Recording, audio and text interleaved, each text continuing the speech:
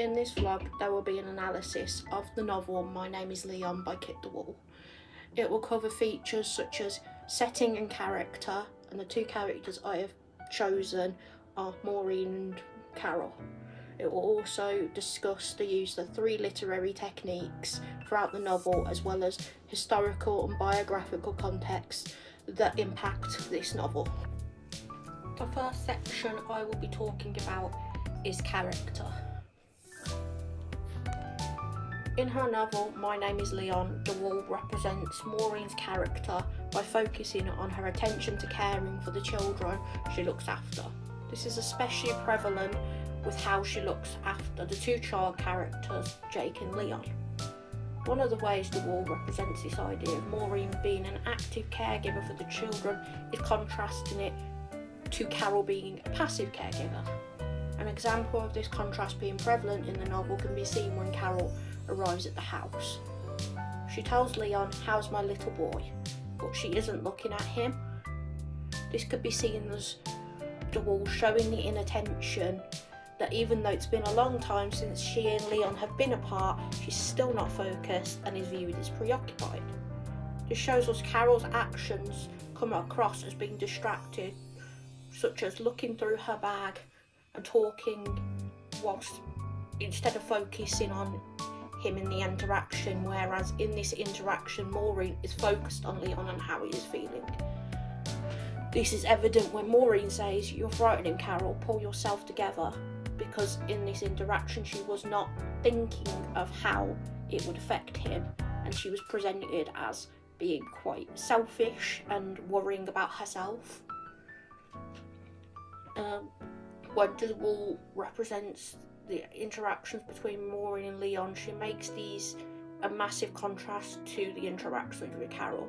Contrast can be seen as a literary technique. This is because the contrast creates a dynamic and shows the difference between the 2 women and how they treat Leon. It helps us gain a further understanding of interaction throughout this novel.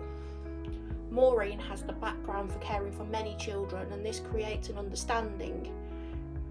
DeWolf could have created this aspect with Maureen's character to show what kind of situation Leon is in now after the turmoil he was experiencing at Carol's. It helps build the plot. Maureen was a positive effect on Leon because she allowed him to experience his childhood whilst caring for Jake instead of forcing him to do it like Carol did. This could have been as a direct opposite because of how Carol was affecting Leon to begin with. It shows us where the 2 child characters were when they started the novel, when they were with Carol, and the insight into the level of care they now receive once they leave that environment and move in with Maureen. This is a visible contrast in the difference There is a visible contrast in the difference of appearance in the way DeWolf represents Carol and Maureen, as well as how she has Leon describe them both. When describing Maureen, DeWolf presents this by the use of similes. In this instance, she uses 3 similes in a row. This literary technique can be explained by Leon explaining how he sees her, comparing to her features such as other things. He refers to her fuzzy red hairstyle looks like a flaming halo. She's got big arms like a boxer and a massive belly like Father Christmas. This is quite a childlike way of explaining things, and it captures the childlike nature of Leon's language. Whereas when he explains Carol's appearance and how she looks, he just explains how he looks different from how he remembers her. He says how her arms are skinnier than before, and so are her legs. DeWolf presents this description of her looks as a way to show that Leon has noticed that Carol has lost a lot of weight lately and is unwell. The reaction leads Leon to wanting to look after her just like before. This gives us insight into the type of actions typical of Leon's character. The next part of my discussion will be on setting. There are a few different settings that we go to with Leon throughout the novel. Some are more prevalent and significant than others. One of these settings is the allotment, and it gave Leon a lot of new opportunities, such as making friends and learning skills. De Waal uses this place as somewhere Leon could escape to, somewhere he could feel like he belonged and where he had his own space. This was more apparent when Leon was given his own plot to take care of. Mr. Devlin tells him it's about one quarter of a standard plot. It now belongs to you. It's your small patch of the planet. The phrase patch of the planet is alliteration. This is because of the sound of the way it is worded at the beginning of the words of patch and planet, and the letter being the same. And it makes it stand out. This is an unusual but interesting phrase. Even though it's a small patch on the big planet, which would seem small to everybody else, to Leon it's a big deal. This was a big development that De Waal presented for Leon. This because it gave him something to look after, which ties in well with his personality from all the time he had been Jake's primary caregiver. This could tie back to the fact that he won't get to see Jake grow up despite all the care he gave him, but now he had something new. He could watch his plants grow as he put care into them, and as the plants grew, so did he, because he had now had the opportunity to learn responsibility from the plot that had been provided to him. The allotments have given him a sense of freedom.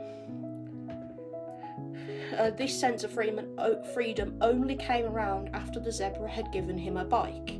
This bike was given to him as a gift because of Leon losing his brother Jake. But even though the reasoning behind it was to pity him, it ended up giving him an opportunity to go to this new setting. And without this new setting, we would not get important interactions and the influence of friends he meets there. De Waal presents these friends as types of role models in Leon's life, especially Tufty, because of him being black, he could fulfill a father-like role for him. Even though they were unaware that they would influence Leon, it was very prevalent, and some of the actions and story would later on influence the novel. This could be backed up when Leon talks about his parents having a massive back garden and how he used to grow everything with seeds that I planted myself. But this is an example of the influence because he's inventing stories from what he learns at the allotment from Mr. Devlin and Tufty. Because even though Sylvia knows that Leon didn't have a big back garden, it's more fun for Leon in his childlike mind frame to be presented as making up these elaborate stories that even though they won't be believed, he does them anyway because he's just got an imagination and his childlike wonder. The next section I will be discussing is historical context. During the 1980s, there were riots in Handsworth due to the outrage from the treatment of the black people at the hands of the police. There was one specific one that was a copycat of the Brixton riots, and that was in 1981. And these riots were happening at the end of the street De Waal lived on at the time. So this could be an influence to the event of including riots into the novel. It built up tensions of race in the novel just like it did in the real life riots. The events surrounding the riots linked to the sus law, and this is the suspected persons law that gave the police power to stop anybody they deemed committing a crime. These powers were therefore then abused by the police towards the black community, and it gave them opportunity to be violent and also harass them. This abuse was done by the Metropolitan Police. The sus law contributed a fair amount to the racism and harassment, not even just within the law, but within the major community. And the law was used as an excuse to incite violence and created a greater amount of racial tension. This links back to the novel because De Waal makes reference to this race-based violence, and it is most prevalent with the character Castro because he is killed by police brutality. So because of that link with that specific character and the evidence of DeWall's experience having seen these riots could have been a reason of why she would include this as the main theme of conflict throughout the novel. And it was also prevalent of getting the protagonist into the riots, but from a childlike perspective of where he was asking the police for help instead of joining in, but because of the discrimination from the police, they still didn't help him even though he was just a child. In the final section of this vlog, I will be talking about the biographical context of the author herself, Kit DeWall. The biographical context behind the author DeWall is that she's a mixed race woman and her father was a black man from the West Indies and her mother was a white Irish woman. The background of where her parents are from and her being a child of an interracial couple could be the driving factor behind some of her creations of the characters, especially Leon. This link could be seen because she had experienced racism growing up, especially in school, as she stated in her book, Without Warning and Only Sometimes. She quoted, "There are only 6 black children in the whole school and me and Kim are 2 of them." This means that obviously it was a very different experience growing up around all white children as a black child, and her and her sister being 2 of them meant that it could have been a very isolating experience for her. Her dad wanted really badly to return home one day, so he would always save all his money so he could achieve this goal. But this made it difficult for the family to have money, so her mother would constantly work to try and make ends meet, especially because of the fact that he didn't pitch in. The struggles with money would cause a lot of contempt in the house and would make it so they would go often hungry. And this links back to the book because of the lack of money in the home of our protagonist Leon. He consistently struggled to find money to feed himself and his little brother Jake, so they would often go hungry and they would have no way to obtain food, just like the author recounting her child experiences. Kit DeWall's mum was a Jehovah's Witness, and this was a significant factor in why some of the events of her childhood happened. For example, her mother's religious beliefs led them to not celebrating Christmas. Her family not celebrating Christmas could be a link to the novel because the character Leon does not believe you have a Christmas at Maureen's, and this can be evidenced by when he says, "You think I believe in Father Christmas and I don't." This is because he knows the parents buy the presents, so he did not think he would get anything. This shows how he feels about Christmas, and this feeling could have been influenced by her experiences of putting her feelings about Christmas in it, because he had a different reason of why he didn't want to believe he'd have a Christmas, but the outcome would have been the same, as that Kit DeWall would not experience Christmas as a child, so neither would the character of Leon.